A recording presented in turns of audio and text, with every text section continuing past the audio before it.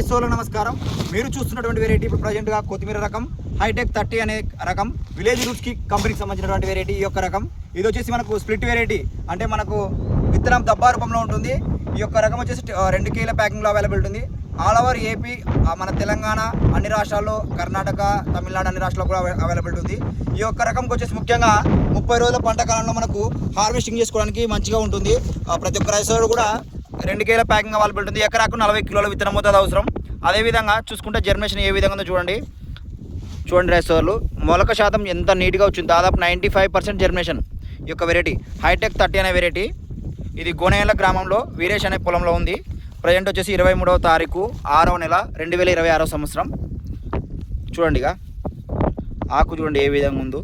కొనుగోలుదారుడు కూడా చాలా మనకు ఆకర్షణీయవంతంగా ఉంది కాబట్టి మనకు చాలా తొందరగా కొనుగోలు చేయడానికి అవకాశం ఉంటుంది. ప్రజెంట్కి వచ్చేసి ఈయన దాదాపు 600 మళ్ళు చల్లాడు. 600 మళ్ళలో మనకి 100 మళ్ళు ఆల్రెడీ సేలింగ్ జరిగింది. ఇందాక రైతుతో మాట్లాడినాం.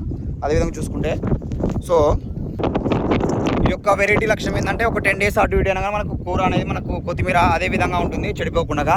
చూడండి రైతులు ఏ విధంగా ఉందో. మనం పొలం మొత్తం కూడా చూపించే ప్రయత్నం చేద్దాం ఒకసారి. మొత్తం అక్కడ దాకా కంప్లీట్గా 600 మళ్ళు ఉంటే 100 మళ్ళు అమ్మారు.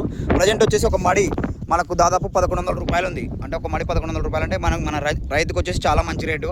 సో ప్రజెంట్గా పంటకి మధ్య, అంటే ఒక 2 పంటల మధ్య కూడా ఈ యొక్క కొత్తిమీర రకాన్ని సాగు చేయడం వల్ల అంటే మనకు పంట మార్పిడి చేసినటువంటి అవకాశం కూడా ఉంటుంది. కాబట్టి పంటకి మధ్య కూడా వేసుకొని మనకు రైతు మంచి లాభాలు ఆర్జించవలసిందిగా కోరుతున్నాం.